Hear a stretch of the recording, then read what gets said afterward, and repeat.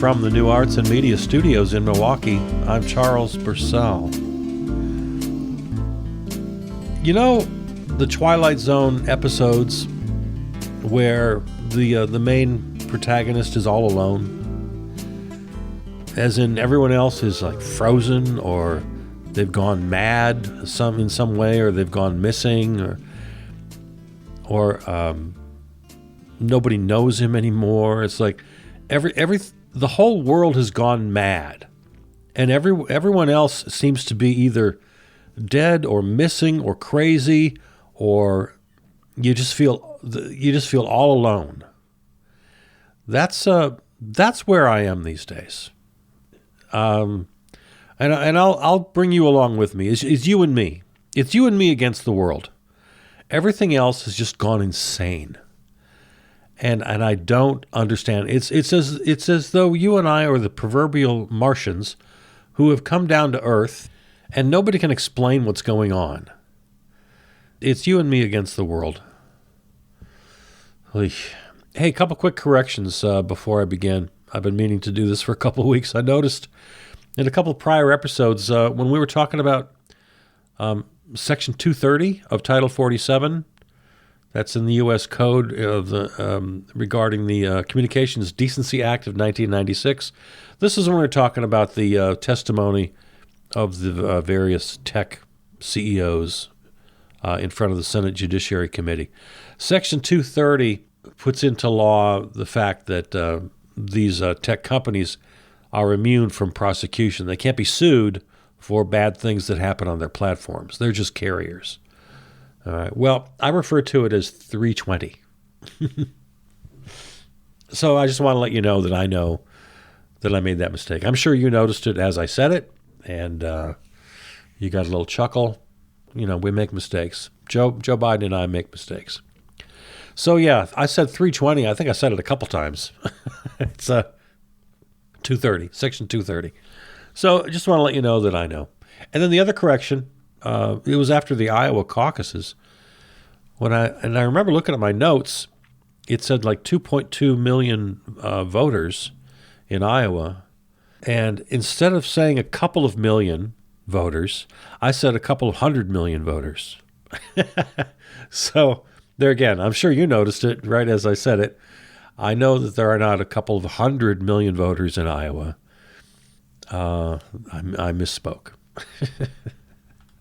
So a couple of corrections that I caught. I'm sure there are 100 more corrections. Why don't you let me know? Oh, and one more quick little note before we get into things here. Charles Purcell Presents is back. It's the weekly half-hour podcast of radio theater sketches, some of it improvised, some of it scripted, lots of characters, although I can't do lots of characters, but I do a couple I generically call Bob and Ray. You remember the great old comedy duo of Bob and Ray. It's just two guys talking. One of them has kind of a high voice and one of them has kind of a low voice, so you can tell the difference. But anyway, yeah, Charles Purcell Presents. It's radio theater sketch. I don't want to say comedy. It's comedy adjacent. It's a little weird. It's absurd. Sometimes it's funny. I talk about a lot of the same things I talk about on this program, but I put it into the form of radio theater.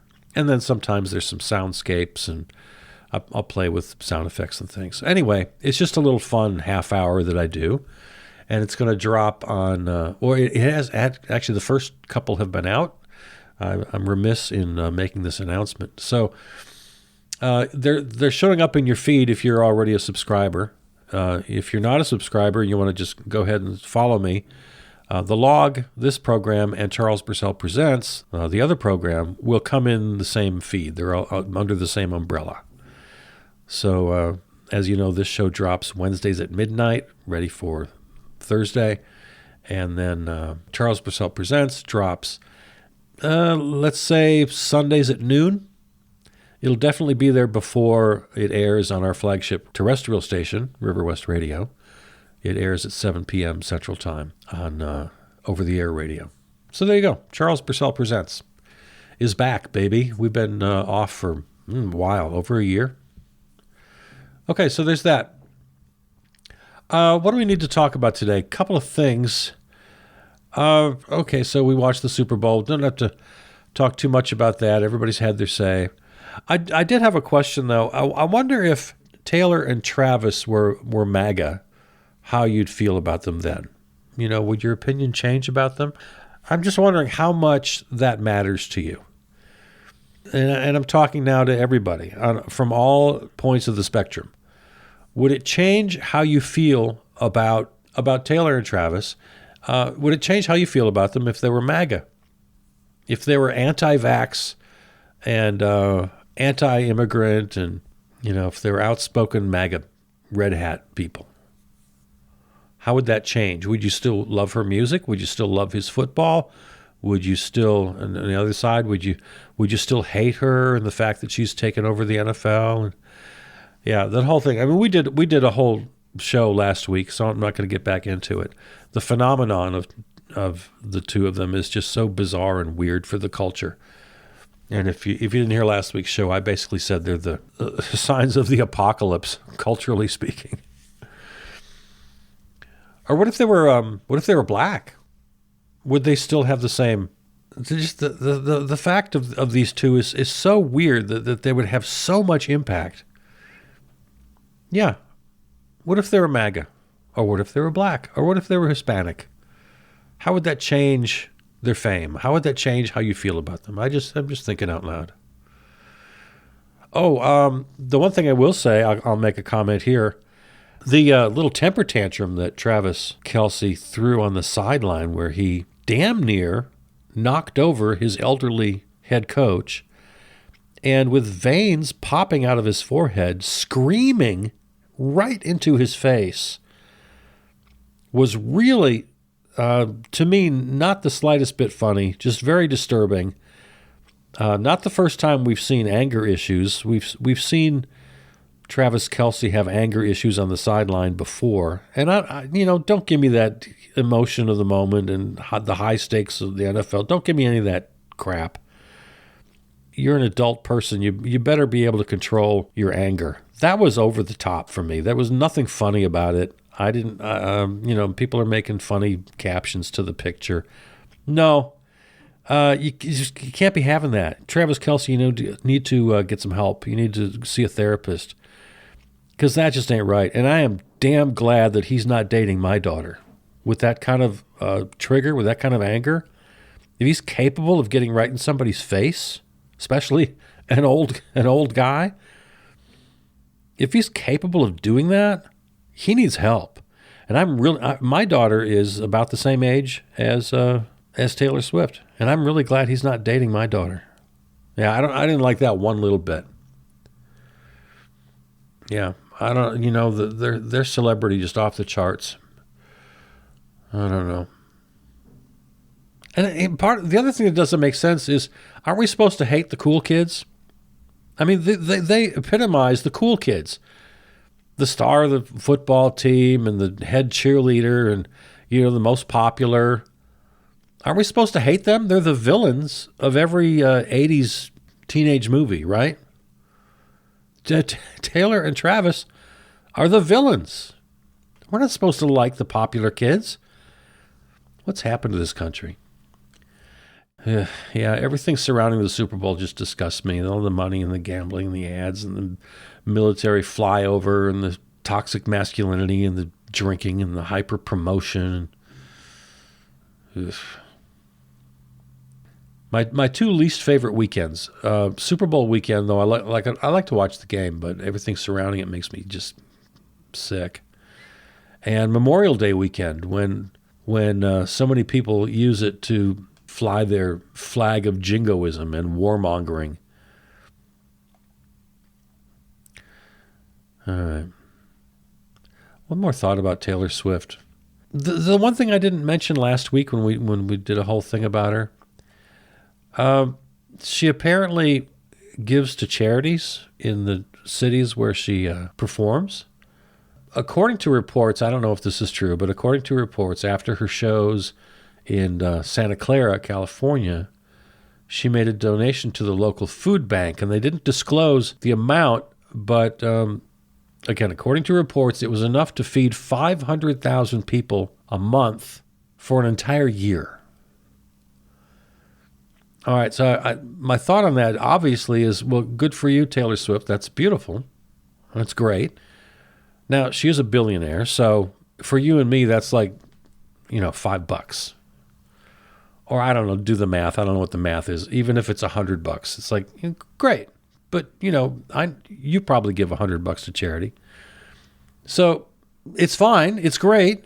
But she's a billionaire. So let's not go too crazy here. And my main thought on this is, why in the world do we live in a world where 500,000 people per month for an entire year need the help of a local food bank?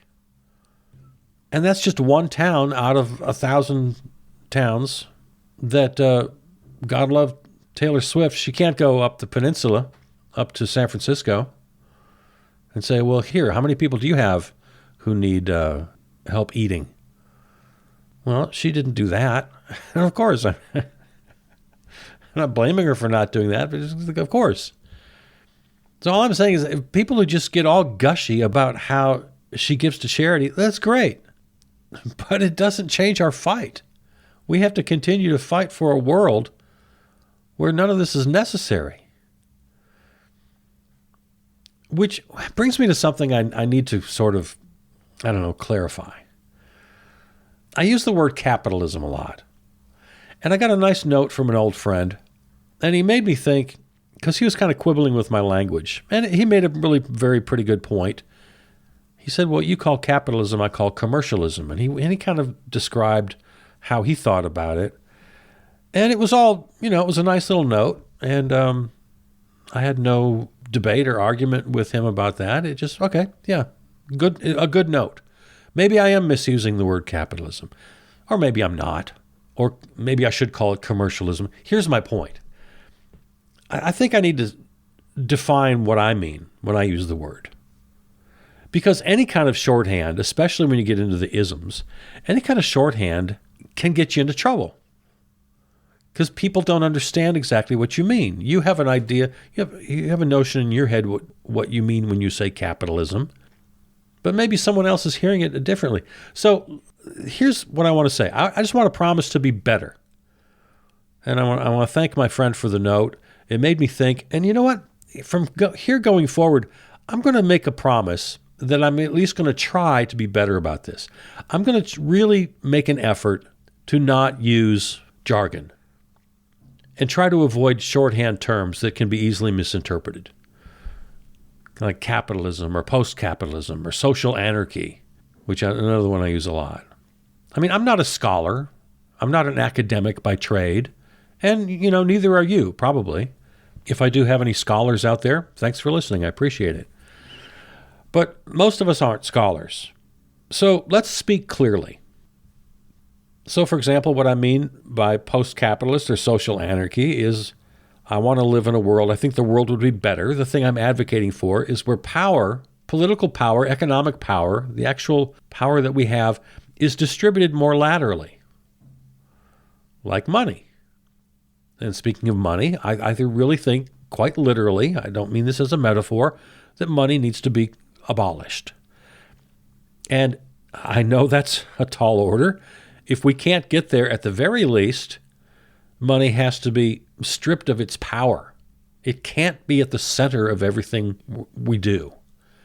We can't be making decisions based on who makes the money and who gets the money. And we just have to take money out of the equation as best we can. So I'm going to try to speak in just plain terms. Let's just talk about what we believe, basic values, basic tenets, without getting into the jargon. Rights are universal. There's a big debate over equality versus equity. And those on the right, the more conservative folks, they want to say, well, equality of opportunity, and then after that, you're all on your own. And that's where they get into all this, color blindness, and you can't do identity politics and stuff like that. You just, if everybody has the same rights on paper, then it's up to each individual to take advantage of that. And if they lose, they lose. And if they win, they deserve it. We all have the same rules on paper. Sorry. All right, that sounds like a pretty convincing argument. I don't really believe in that. I believe in equity of outcomes. I don't try to hide the fact that I believe in that. I just do. Because everybody's got their own story. Everybody's different.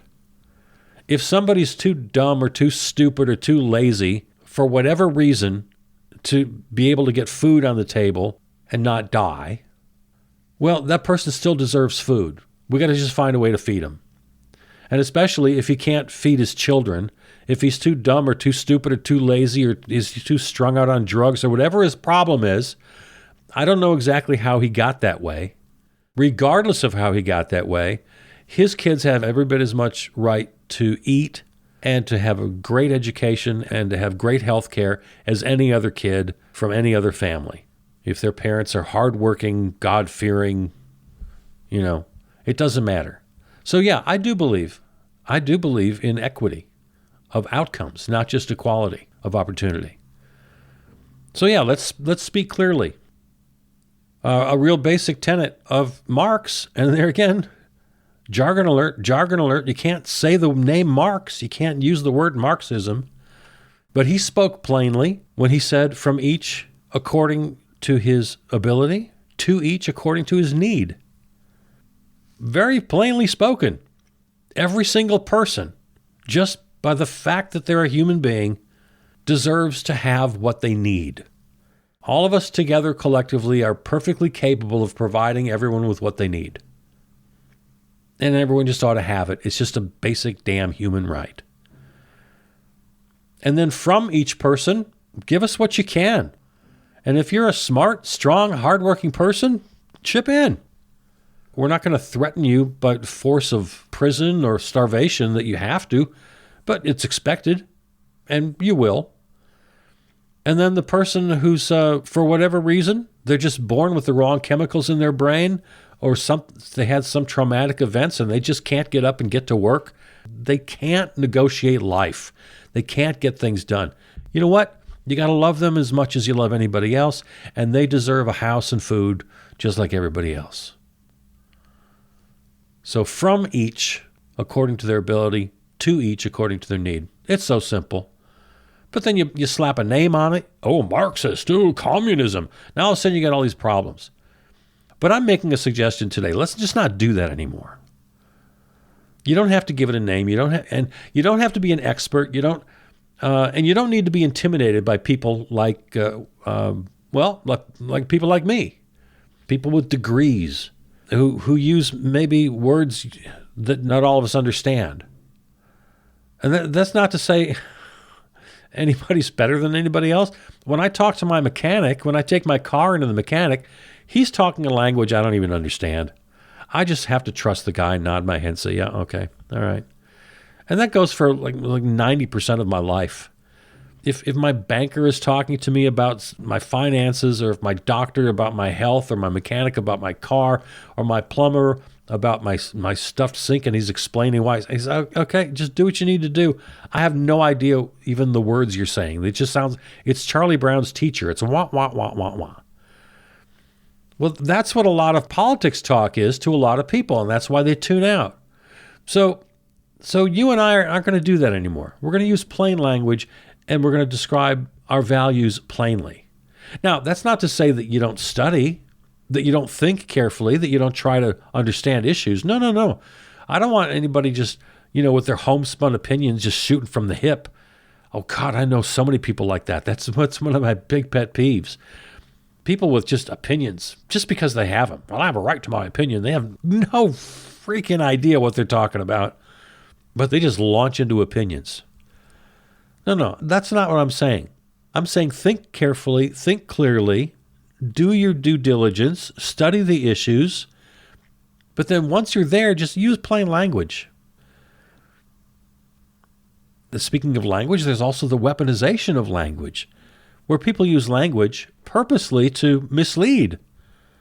Or they might say they'll justify just, well, I'm just trying to be persuasive.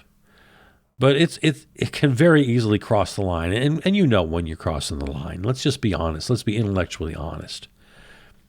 So yeah, these terms, capitalism, socialism, anarchism, they do way more harm than good, just the fact that they exist. Because they've been weaponized and used to mislead. Oh my God, socialism. You could talk about the history of Milwaukee, from where I am right now, in my beloved hometown here, and the history of socialism here in this city with socialist mayors who made Milwaukee one of the great leading cities of the country back in the early 20th century. But then you compare that to the right wingers who use socialism as it's the dirtiest word they know. So yeah, the words themselves have become so weaponized that they've become useless. Woke. Oh my God. That's just been completely co-opted, stolen, mischaracterized. Something the right wing calls cultural Marxism. Yeah, let's promise each other right now. Let's take a little vow that when people launch into jargon, we're going to listen very carefully to all the other words around the jargon. We're going to ignore the jargon, listen to what they're really saying. And if they're just BSing you, then you got to be done with them.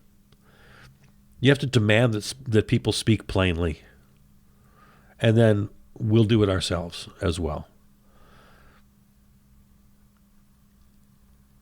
Well, let's see. We're out of time. A couple quick things I want to comment on the news. The report from Robert Hur, the special prosecutor who looked into Joe Biden's classified documents that they found in his garage. Robert Hur is a total hack and a liar because he used the report to write disparagingly about Joe Biden. And I'm no fan of Joe Biden.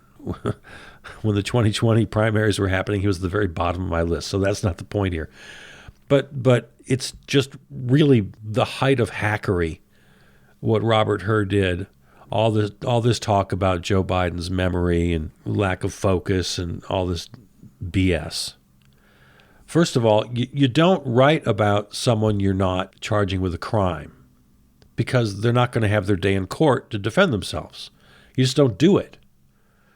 And not only that, nobody else is reporting this. Everybody else who talks to Joe Biden and has business with him and has meetings with him, Democrats, Republicans, Independents, everybody, they all say the same thing. They all say he's fine. Yeah, I see him fumble around like we all do. Our eyes don't lie. But yeah, he's an old guy. Who cares? So anyway, the Robert Hur thing was a disgrace. And then all the back and forth afterwards. So many times, I opened by saying that, I feel like I'm in a Twilight Zone episode where everybody else has gone mad. And I'm just wondering what's going on here. Everybody's reaction to this report, which I'm sure you heard the news by now, right? It exonerated Biden. He wasn't charged with any crime. Everybody was wrong. Everybody was crazy. The right wing used it opportunistically, of course, to claim that Biden is old and unfit and he's lost it. But then Biden just falls all over himself and very hastily calls this news conference where he goes out and just represents himself really poorly, I thought. If you're ever president, don't ever call a press conference when you're angry. You're not going to come off looking good. And the defense of Joe, I mean, he is old and he is doddering, and there's a pretty nice chance he might just drop dead at some point before the end of his second term if he's reelected. That's the chance you take. Politics is a team sport. He's got a whole bunch of people there in the White House and in his cabinet. He's got advisors. It's the whole party. Now, I'm not a Democrat. Of course, you know that. I'm a small d Democrat. I believe in democracy, but I'm not a capital D Democrat. I do not believe in the Democratic Party. I don't believe in the Republican Party. No, they're not the same. One of them is an existential threat that has to be stopped. The other one is just a corporate rubber stamp for anything the elite rich folks want to do. It's a lousy choice, but there we are. So it's one of those cases where a lot of things can be true at the same time, and a lot of things are true. Republicans are shameless liars and opportunists. Robert Hur is a MAGA hack. Joe Biden is a grumpy old man who does get mixed up, but it doesn't really matter because we got, like I said, it's a team sport. He's got a bunch of folks.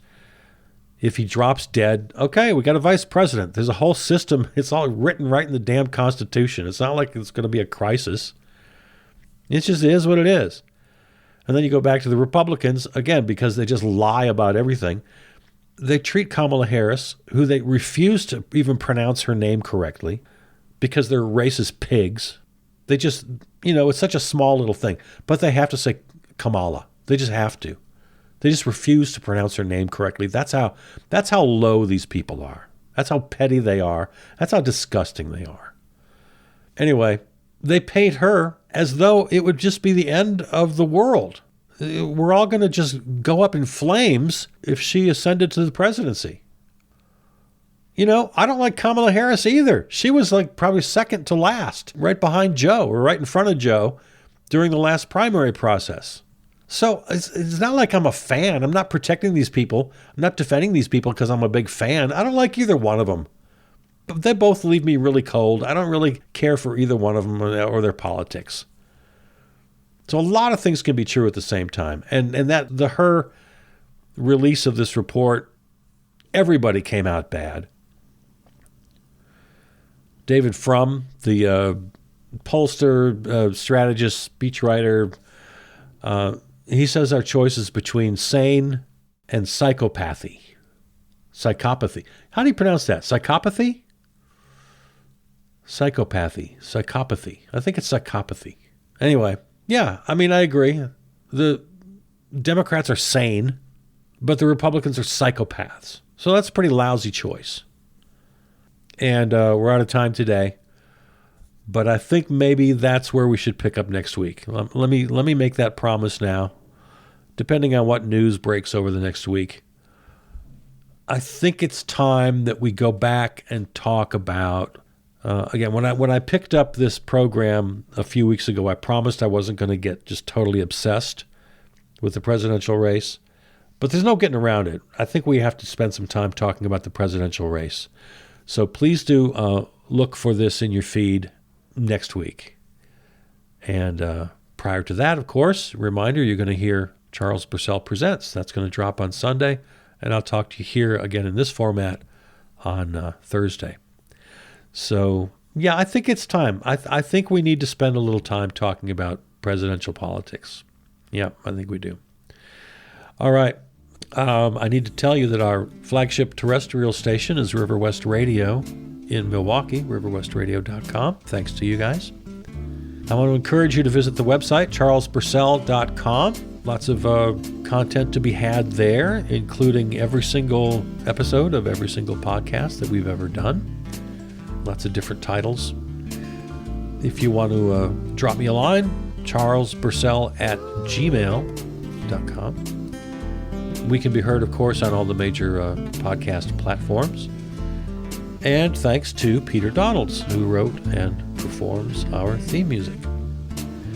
All right, so there it is. That's the log. I'm Charles Purcell.